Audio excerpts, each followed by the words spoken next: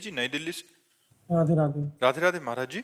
महाराज जी, भाग्य और मेहनत में से कौन ज्यादा शक्तिशाली है? भाग्य और मेहनत। अब ये देखना है कि मेहनत तुम कौन सी करते हो। अगर केवल तुम असत मेहनत करते हो तो भाग्य प्रारब्ध को तुम परास्त नहीं कर सकते। अगर भजन करने की मेहनत करते हो, सत मेहनत करते हो, तीर्थ यात्रा है, पुण्य है, दूसरे का परोपकार है, खूब नाम जप है, तो भाग्य को बदल सकते हो। फावड़ा चलाने से भाग्य नहीं बदलने वाला, या खूब पढ़ाई लिखाई करने से भाग्य नहीं बदलने वाला। बड़े पढ़े लिखे ऐसे घूम रहे हैं, डिग्री लिए घूम रहे हैं, क्योंकि भाग्य में नहीं है ना नौकरी, तो ड्यूटी नहीं, अर्थ नहीं, क्योंकि भाग्य बुरा है तो दुख भोगना है। और बहुत ऐसे हैं कि ज्यादा पढ़े लिखे नहीं, ज्यादा उसको इसका माइंड नहीं, कार में घूम रहे हैं क्योंकि भाग्य बढ़िया है। तो भाग्य बदला जा सकता है पुण्य के द्वारा, तीर्थयाटन के द्वारा, नाम जप के द्वारा, परोपकार के द्वारा। अगर ये कर्म नहीं तो फावड़ा चलाने से, मेहनत करने से भाग्य नहीं बदलता है। भाग्य बदलता है सत्कर्म के द्वारा। अब सत्कर्म का अनुष्ठान हो तो पूर्व के असत कर्मों का नाश करके वो उसकी उन्नति कर देता है। डॉक्टर विधि जी, महाराष्ट्र से। उन्नति कर देता है। डॉक्टर विधि जी, महाराष्ट्र से। राधे राधे। राधे राधे महाराज जी। महाराज जी, आपके चरणों में कोटि कोटि प्रणाम। महाराज जी, शरीर और मन दोनों एक साथ चलते हैं। शरीर अच्छा होगा, स्वस्थ होगा तो अच्छे विचार आते हैं। महाराज जी, आप बीमार होने पर भी इतने शुद्ध विचार और इतने ऊर्जावान कैसे हैं महाराज जी? हम शरीर में नहीं रहते, हम प्रभु में रहते हैं। हम इस हर समय इतने आनंदित रहते हैं कि संसार का कोई पद भी मिल जाए तो उतना आनंदित नहीं होगा वो व्यक्ति।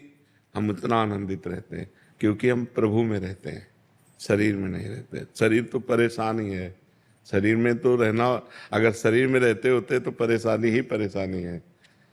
हमारा मन जो है वो भगवान ने ले लिया है, तो मन भगवान में रहता है, हम भगवान में रहते हैं, इसलिए आनंद रहता है। भगवान आनंद सिंधु है ना, तो आनंद रहता है। उसी आनंद में सब हो रहा है। अगर शरीर में तो बहुत परेशानी हो जाए, किडनी खराब है, डायलिसिस होता है, क्या क्या समस्याएं, फिर उन्हीं समस्याओं में हम डिप्रेशन में पहुंच जाते हैं।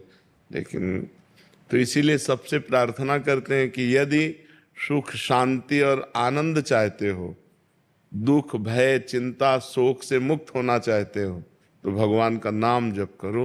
नाम जपने से महा आनंद की प्राप्ति होगी। तुरंत नहीं होगी, समय लगता है। थोड़ा दीर्घ काल तक नाम जप करो, हिम्मत करके माया से लड़ते रहो। फिर देखो जब मन प्रभु में लगने लगेगा तो अद्भुत आनंद आता है। हर कष्ट सहने की सामर्थ्य आ जाती है, हर बात सहने की सामर्थ्य आ जाती है जब हम भगवान का नाम जप करते हैं। तो ये भगवान की शरणागति से, भगवान में मन लगाने से, भगवान के हो जाने से ऐसा आनंद बना रहता है।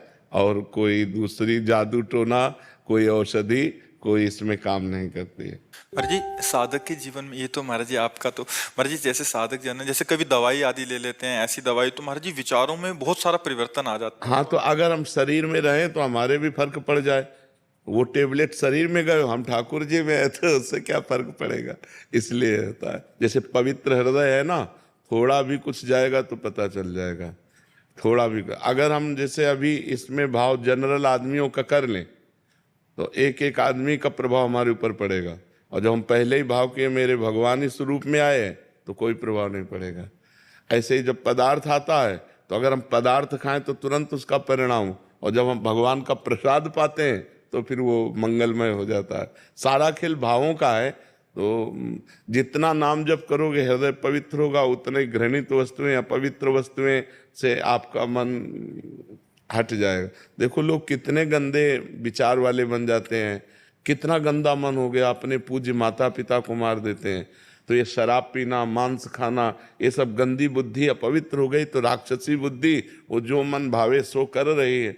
तो हमें लगता है कि हमें पहले खान पान सुधारना चाहिए, नाम जप करना चाहिए, पवित्र आचरण करना चाहिए, तब हमारी आध्यात्मिक उन्नति हो, तब हमारी लौकिक आनंद प्राप्त हो।